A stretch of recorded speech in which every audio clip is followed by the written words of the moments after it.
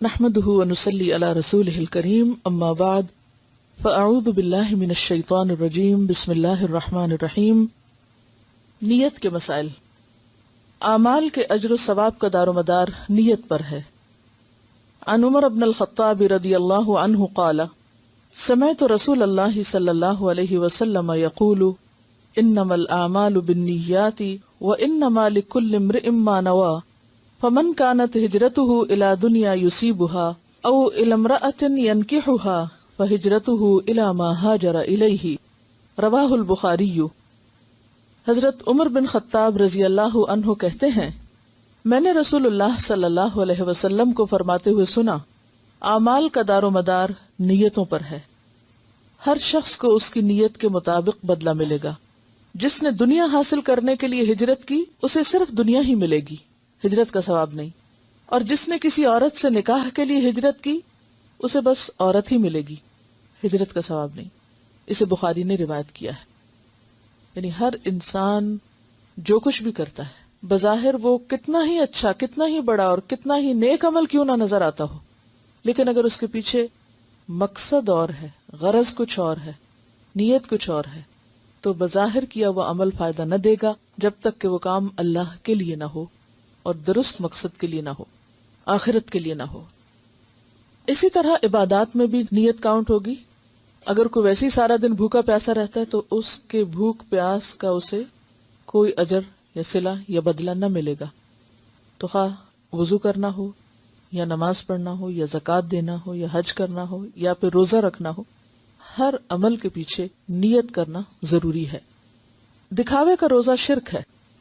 ان شداد ابن اوس رضی اللہ عنہ قال سمعت رسول اللہ صلی اللہ علیہ وسلم یقول من صلی یرائی فقد اشرک ومن صام یرائی فقد اشرک ومن تصدق یرائی فقد اشرک، رواہ احمد۔ حضرت شداد بن اوس رضی اللہ عنہ کہتے ہیں، میں نے رسول اللہ صلی اللہ علیہ وسلم کو فرماتے ہوئے سنا ہے، جس نے دکھاوے کی نماز پڑھی اس نے شرک کیا، جس نے دکھاوے کا روزہ رکھا اس نے شرک کیا، جس نے دکھاوے کے لیے صدقہ کیا اس نے شرک کیا۔ اسے احمد نے روایت کیا ہے۔ روزے کی نیت دل کے ارادے سے ہے۔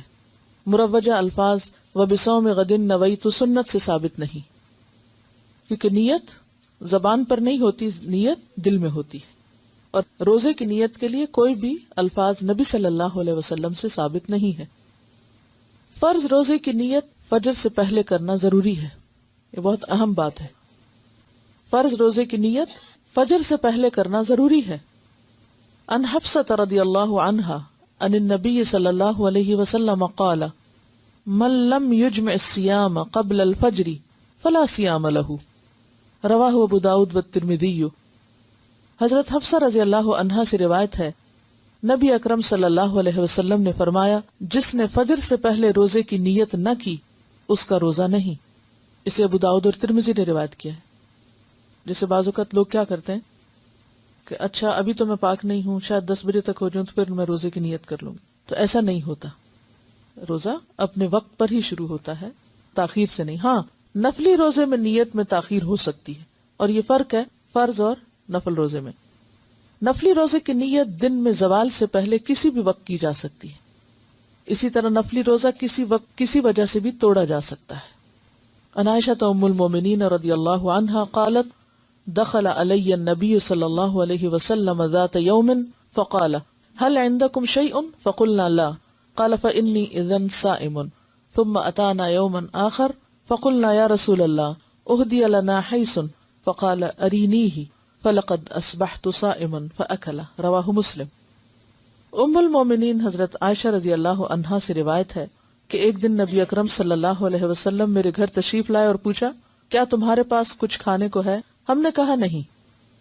نبی اکرم صلی اللہ علیہ وسلم نے فرمایا، اچھا تو پھر میرا روزہ ہے۔ اور یہ دن کا وقت تھا، یعنی صبح سے آپ نے کچھ نہیں کھایا تھا، یعنی صبح فجر سے پہلے نہیں نیت کی بلکہ دن میں نیت کی۔ کسی اور دن پھر نبی اکرم صلی اللہ علیہ وسلم ہمارے گھر تشریف لائے، میں نے عرض کیا، یا رسول اللہ صلی اللہ علیہ وسلم، حیث یعنی حلوہ تحفے میں آیا ہے۔ رسول اللہ صلی اللہ علیہ وسلم نے فرمایا، تو لاؤ۔ میں صبح سے روزے سے تھا اور اپنے دن میں اس کو کھول دیا۔ یعنی اگر نفلی روزے سے ہو انسان اور کوئی بھی وجہ ہو یا کوئی بھی وقت ہو، زوال سے پہلے زوال کے بعد، تو اس کو کھولا جا سکتا ہے. مثلاً آپ نے روزہ رکھا ہوا ہے، آپ کسی کے گھر گئے، وہ آپ کو کھانے کے لیے کہتے ہیں، اور اب آپ ظاہر نہیں کرنا چاہتے کہ آپ نے روزہ رکھا تو، اور آپ نفلی روزے رکھتے ہیں، تو آپ کھانے میں شریک ہو جائیں، روزہ کھول دیں. ایسا کیا جا سکتا ہے، ایسا کرنا گناہ نہیں. لیکن رمضان کا روزہ جو ہے اسے آپ اس طرح نہ توڑ سکتے ہیں اور نہ ہی اس میں تاخیر کر سکتے ہیں. مانا ہوا روزہ جو ہے وہ پھر فرضی روزے کے مطابق ہو جائے گا، یعنی نفلی روزے اور فرضی میں فرق ہے، یعنی وہ فرض کے برابر ہو جاتا ہے. پھر اسی طرح آپ دیکھیے، امام احمد کہتے ہیں کہ سارے مہینے کے روزوں کی کٹھی نیت بھی آپ کر سکتے ہیں. جیسے رمضان شروع ہوا تو آپ کیا نیت کرتے ہیں کہ میں پورے روزے رکھوں. تو گویا آپ اگر ہر روز صبح سویرے اٹھ کے یہ نہیں کہتے کہ میں آج روزہ رکھ رہا ہوں، تو آپ کا سحری کے وقت اٹھنا جو ہے وہ کس ارادے سے اٹھنا ہے. رات جب آپ سوچ کے سوتے ہیں کہ مجھے اتنے بجے اٹھنا ہے، 5 بجے اٹھنا ہے، تو وہ آپ عام طور پہ اگر نہیں اٹھتے تو کس لیے اٹھ رہے ہیں؟ سحری کے لیے. تو یہ سحری کے لیے اٹھنا بھی دراصل کیا ہے؟ آپ کی نیت ہے، اور نیت جو ہے وہ دل کے ارادے کا نام ہے. اسی طرح بعض لوگ یہ پوچھتے رہتے ہیں کہ کیا ہم شوال کے روزے اور قضا روزے اکٹھے رکھ سکتے ہیں، یعنی ایک ہی دن میں 2 نیتیں اکٹھی کر لیں؟ تو 2 نیتیں بیک وقت جمع نہیں کی جا سکتی، کیونکہ ایک فرض ہے اور ایک نفل ہے. فرض روزہ اس کی نیت آپ کو سحری سے پہلے کرنی ہوگی، یعنی فرض روزہ خواہ آپ رمضان میں رکھ رہے ہیں یا آپ قضا رکھ رہے ہیں یا آپ نے کوئی نظر مانی تھی اور وہ روزہ رکھ رہے ہیں، ان سب کو آپ کو یعنی وقت شروع ہونے سے پہلے آپ کو نیت کرنی ہے. ٹھیک ہے. اب آپ شوال میں روزے رکھ رہے ہیں، تو آپ کیا چاہتے ہیں کہ آپ کے یا تو شوال کے روزے ہوں یا پھر قضا. تو آپ یہ بھی کر سکتے ہیں کہ پہلے شوال کے رکھ لیں اور بعد میں قضا روزے پورے کر لیں، اور یہ بھی کر سکتے ہیں کہ پہلے قضا روزے جو فرض ہے آپ کے اوپر اس کو پہلے ادا کر لیں، اور باقی اگر مہینے میں مزید مہلت مل جاتی تو آپ شوال کے روزے رکھ لیں. لیکن یہ نہیں ہو سکتا کہ آپ شوال کے روزے کی نیت سے بھی روزہ رکھیں اور اسی روزے کے اندر قضا کی نیت بھی کر لیں. بالکل اسی طرح جیسے آپ یہ نہیں کر سکتے کہ مثلاً آپ 4 رکعت ظہر کے وقت شروع کریں اور کہیں سنت اور فرض دونوں کی نیت اکٹھی اور اللہ اکبر، یہ نہیں آپ کر سکتے. یا 5 کی اکٹھی، یعنی دن میں جتنے بھی 4 فرض ہیں، ظہر اثر عشاء، سب کے فرض میں اکٹھے کر رہی ہیں، یہ نہیں ہو سکتے. ہر نماز کے لیے اس کے وقت پر الگ طور پر فرض کی، الگ طور پر سنت کی، الگ طور پر نفل کی نیت کرنا ہوگی. اسی طرح جب آپ فرض روزہ رکھیں تو اس میں کوئی اور نہیں شامل کر سکتے، وہ صرف وہی روزہ ہوگا خواہ آپ شوال میں رکھیں یا شعبان میں رکھیں. کہنے کا مطلب آپ کا یہ ہے کہ بجائے آپ کسی اور دن فرضی روزہ رکھیں، آپ منڈے کو اگر رکھیں تو شاید ثواب زیادہ ہو، کیونکہ نبی صلی اللہ علیہ وسلم عموماً سوموار کے دن اور جمعرات کے دن روزہ رکھتے تھے. یا یہ کہ مہینے کے جو 3 روشن دن ہیں، ایام 20 جن کو کہا جاتا ہے، یعنی 13، 14 اور 15 کے جو دن ہیں جب فل مون ہوتا ہے ایک طرح سے، تو ان دنوں میں آپ صلی اللہ علیہ وسلم روزہ رکھا کرتے تھے. تو ہاں آپ ان دنوں میں بھی رکھ سکتے، لیکن یہ بھی لازم نہیں کہ انہی میں رکھیں گے تو ثواب زیادہ ہوگا. وہ تو نفلی روزوں کے لیے اگین رکھ لیں تب بھی ٹھیک ہے، اور اگر اس کے علاوہ کسی اور دن میں رکھیں تو خود فرضی روزے کے ادا کرنے کا ثواب بھی بہت ہے، خواہ وہ آپ کسی خاص دن رکھیں یا کسی بھی دن رکھیں. تو اس لیے چیزوں کو مکس اپ نہ کریں، ہر چیز کو اپنی الگ جگہ رہنے دیں. السحور والافطار، سحری اور افطاری کے مسائل. سحری کھانے میں برکت ہے. نیند سے اٹھ جانے کے بعد جان بوجھ کر سحری ترک نہیں کرنی چاہیے. عن انس رضی اللہ عنہ قال قال رسول اللہ صلی اللہ علیہ وسلم تسحروا فإن فی السحور برکہ، متفق علیہ. حضرت انس رضی اللہ عنہ سے روایت ہے کہ رسول اللہ صلی اللہ علیہ وسلم نے فرمایا سحری کھاؤ کیونکہ سحری کھانے میں برکت ہے. اسے بخاری اور مسلم نے روایت کیا ہے. اور برکت کا معنی یعنی تھوڑا بھی کھا لے تو اس سے انسان کی سیٹسفیکشن ہو جاتی ہے، اور بالکل اگر کچھ نہ کھائے تو اس سے ایک اور طرح کی فیلنگ ہوتی. دوسری بات یہ کہ جو کھانا بابرکت ہوتا ہے وہ انسان کی صحت کا بھی ضامن ہوتا ہے، یعنی اس وقت کا کھانا جو ہے وہ انسان کے لیے کئی قسم کے فائدے رکھتا ہے. رمضان المبارک میں فجر کی اذان سے پہلے سحری کے لیے اذان دینا سنت ہے، یعنی سحری کے لیے جگانے کو جو اذان دی جاتی ہے، سحری کا وقت بتانے کو، تو وہ اذان بھی دی جا سکتی ہے. عن عائشہ رضی اللہ عنہا ان بلالا رضی اللہ عنہ کان یؤذن بلیل فقال رسول اللہ صلی اللہ علیہ وسلم کلوا واشربوا حتى يؤذن ابن ام مکتوم فانه لا يؤذن حتى يطلع الفجر، متفق علیہ. حضرت عائشہ رضی اللہ عنہا سے روایت ہے کہ حضرت بلال رضی اللہ عنہ رات کو سحری سے قبل اذان دے دیا کرتے تھے. چنانچہ رسول اللہ صلی اللہ علیہ وسلم نے فرمایا اس وقت تک کھاؤ پیو جب تک کہ ابن ام مکتوم آذان نہ دے دیں، اس لیے کہ ابن ام مکتوم اس وقت تک آذان نہیں دیتے جب تک فجر نہ ہو جائے. اسے بخاری اور مسلم نے روایت کیا. اب بھی اگر آپ سعودی عرب جائیں تو آپ نے دیکھا ہوگا کہ تہجد کی اذان اسے بولتے ہیں عام طور پر، اور وہ کچھ وقت پہلے ہوتی ہے فجر کی اذان سے. اس وقت عموماً لوگ تہجد کے لیے حرم میں جاتے ہیں اور پھر فجر کی اذان ہوتی تو فجر کی نماز پڑھی جاتی ہے، اور ان دو کے درمیان کا وقت عام طور پر سحری کھانے کا وقت ہوتا ہے. افطار میں جلدی کرنا اور سحری میں دیر سے کھانا انبیاء کرام کا طریقہ ہے، یعنی سحری بہت جلدی نہیں کر لینی چاہیے کہ رات 12 بجے کر کے آپ سو جائیں. عن ابی الدرداء قال قال رسول اللہ صلی اللہ علیہ وسلم ثلاث من اخلاق النبوة تعجیل الافطار وتأخیر السحور ووضع الیمین علی الشمال فی الصلاة رواہ الطبرانی. حضرت ابو درداء رضی اللہ عنہ روایت کرتے ہیں کہ رسول اللہ صلی اللہ علیہ وسلم نے فرمایا 3 باتیں اخلاق نبوت میں سے ہیں، یعنی نبیوں کا طریقہ رہی ہیں. نمبر 1 روزہ جلدی افطار کرنا، اور جلدی سے مراد سورج غروب ہوتے ہی، وقت ہونے کے فوراً ساتھ ہی.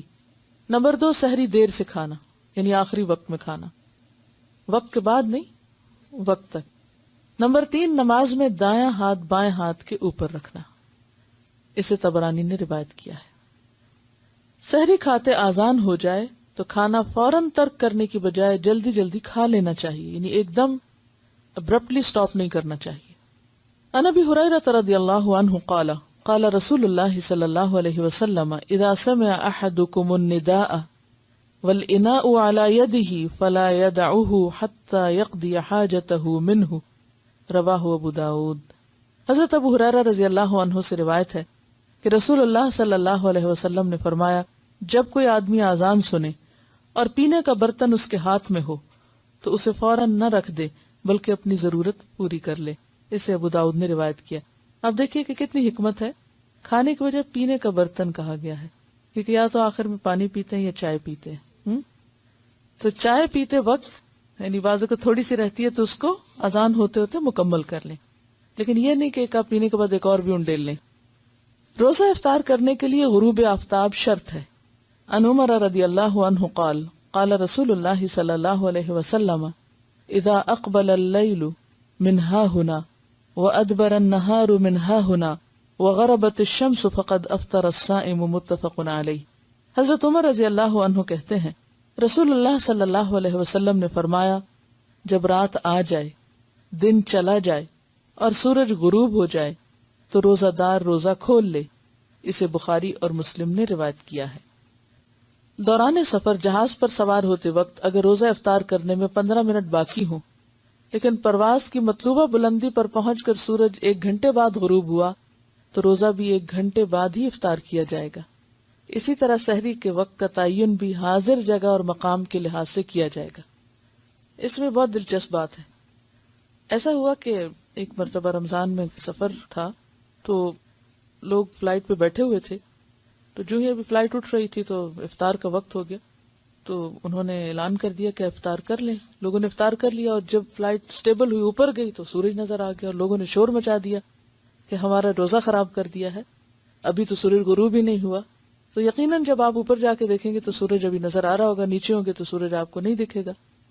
تو بات یہ ہے کہ اگر تو ابھی جہاز نیچے ہی ہے اور اس وقت ہو چکا ہے اور آپ افطار کرتے ہیں تو آپ کا افطار درست ہے، بھلے 5 منٹ کے بعد اوپر جا کے آپ سورج دیکھتے ہیں، کیونکہ اس وقت کو شمار کیا جائے گا جب آپ اس خاص مقام پر تھے. کہ شریعت کے احکام زمان، مکان اور کیفیت اور کمیت اور وہ تمام چیزوں کو سامنے رکھ کے طے ہوتے ہیں. لیکن اگر افطار ہونے میں 5 منٹ تھے اور اتنے میں جہاز اوپر چڑھ گیا اور اب وہ 5 منٹ